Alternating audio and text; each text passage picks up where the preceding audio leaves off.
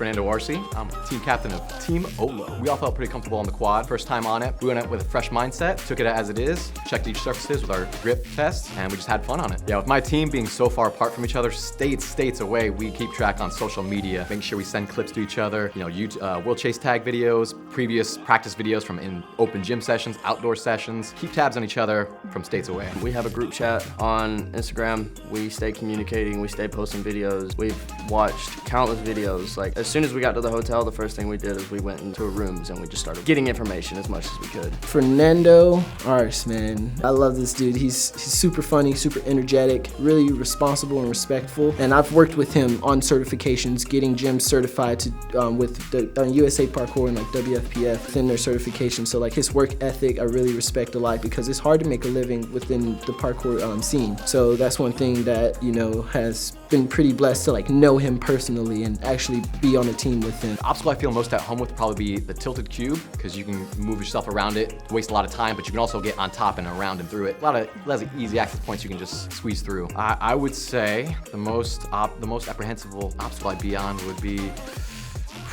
I don't know, maybe on top of the mountain. I feel really good under the mountain, sliding under that bar, but on top of it, there's a lot of mistakes you can go. You can't really change your trajectory once you're in midair. So I would say that's the most obstacle I'd be incomprehensible on. Alright, what's up guys? My name is Mizel. I'm proudly representing Team Ollo. Some of us are better at tagging versus evading, but we were strategizing our first matches, who's gonna go against who, pairing up tall guys with short guys, so that when the tall guys are up, the short guys can be under the bars, stuff like that. So we were mainly just picking which athletes are gonna go against which, comparing the skills, almost not matching the skills, but putting an exact opposite athlete against an exact opposite athlete, so that athlete can't play to his strengths when he's chasing us. So pretty much we picked out who our best taggers and who our best evaders are gonna be. But of course that differentiates between the gameplay, who's gonna be chasing and tagging. They have a lot of strengths and a lot of weaknesses. We can balance that out between who's gonna be going next, and because there's no such order, we can just choose ourselves. Pretty much staying low to the ground, making sure you are aware of your moves before you make them, like chess moves. You gotta have it plan out 2 steps ahead. Never go left and right. You gotta be juking off. Just staying aware of where the person's gonna be and where they will be at. Definitely a chaser. I probably see myself more as a chaser, probably just because I grew up playing sports my whole life. I've played just about any sport you can think of, and I've been running. I did a lot of track and field, and I'm very quick, and I also enjoy actually diving for the people and getting those tags. There's a sense of satisfaction when you get to place your hand on that person. So I have a heavy parkour and free running background, like a lot of guys here, and I'm really familiar with rail strides, jumping on rails, stuff like that. So anything with the rails, running across them, using them to switch momentum, sliding under them, under bars specifically, anything with rails, I'm there. That's where I'm gonna be. So I was left in charge to pick out the rest of the team. Picked out a local friend of mine, and Luke Anderson. He's in Cirque du Soleil, a lot of parkour competitions. Everyone calls me Gooby. It's just been my Instagram handle for the longest time. And then we got Goob, which is Luke Anderson. He's gonna be the one in the background just cheering us on, making us feel good even if we do crappy. And then Goob as well, very experienced, but he's also just really goofy. He's really just, that's why we call him Goob, And he's just really lighthearted. He's just gonna go out there and have fun. I think he's gonna just play, and I think that's why he's gonna do well, because he's not gonna be thinking, oh, we're competing at this high competition. He's like, no, I'm gonna go play tag, I'm gonna go have some fun, and that's where he's gonna shine the best. And then we've got Emic, great attitude, love hanging out with the guy, and he's insanely strong. He's got a good balance of the parkour skills, the free running, and the bar calisthenics, so I'm excited to see what that transfers over to in the quad. He's from California. He's a calisthenics guy. He's gonna be really good on the bars, either on top, going around, grabbing them, moving around. I think my strength lies in the tagging. Don't relent. You're not gonna be able to sit still, and I'm just waiting for you to either do a mistake or just let me catch up. My favorite's the loading bay, just because there's so many ways to enter and get out with all the diving and like going through the bars. My favorite is bar technique, so for me, all the bars in that area are helping me out a lot. Emic, he's a bar guy, so like when it comes to bars, he was doing under bars through stuff like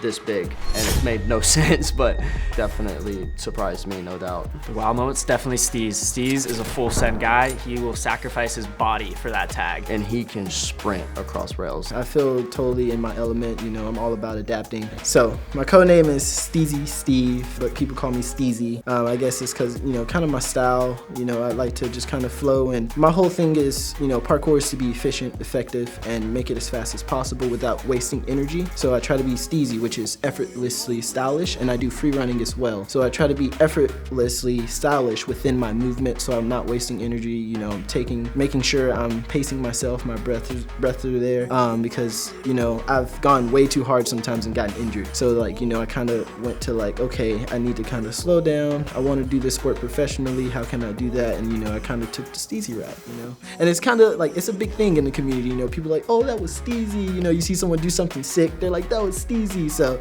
you know, it kind of makes me feel more part of the community as well. Bailey Harter, he's really good at endurance. He can just keep on going and going and going. So he's our man to just keep on lasting. He has stamina. Like, he could continue going.